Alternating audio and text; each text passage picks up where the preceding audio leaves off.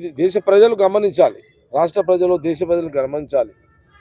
చరిత్రను కాలరాసే కార్యక్రమంలోనే బీజేపీ కేంద్రంలో పనిచేస్తుంది. ప్రజల కోసం ప్రభుత్వం ఏర్పడినట్టు లేదు.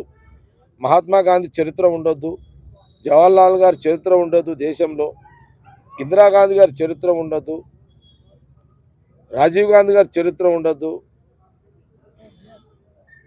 ప్రియాంక గాంధీ గారి కానీ ఈరోజు రాహుల్ గాంధీ గారి నాయకత్వము, రాహుల్ గాంధీ గారి ఒక చరిత్ర, కుటుంబం చరిత్ర ఈ దేశ రాజకీయాల్లో ఉండొద్దు అనే కుతంత్రాలు, పార్లమెంటు స్పీచ్లు ఈరోజు ప్రధానమంత్రి గారు అమిత్ షా గారు మాట్లాడడం ఇది ఆశ్చర్యానికి గురి చేస్తుంది. దేశ ప్రజలు ఆలోచన చేయాలి. ఇదంతా కూడా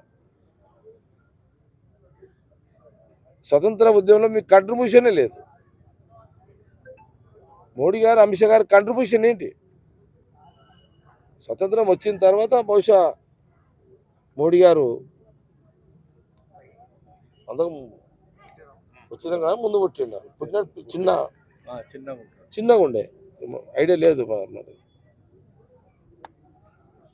ఏం రాజు ఎంత ఏజ్ సీన్లు ఉన్నాడు మరి. అమిత్ షా గారు పుట్టిరొచ్చా అప్పటికి? ఏం రాజు మరి వీళ్ళు ఇప్పుడు స్వతంత్రం వచ్చినప్పుడు मोदी गार वयసు 5 संवत्सराल 5 साल थे ना भाई. जो इंडिपेंडेंस आया ये देश का, जो ब्रिटिश वालों को हकाल दिए महात्मा गांधी जी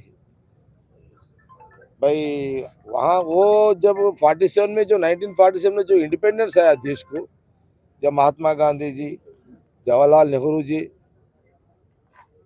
भाई वो लोगों का जो लाइफ सैक्रिफाइस है वो लोगों का. भाई महात्मा गांधी जी तो अभी जवाहरलाल नेहरू तो 12 साल 13 साल तो जेल का जिंदगी गुजारे ना इंडिपेंडेंस के लिए. जवाहरलाल नेहरू जी 12 साल थे देश की जनता के लिए, देश को इंडिपेंडेंस के लिए, ब्रिटिश को हकालने के लिए.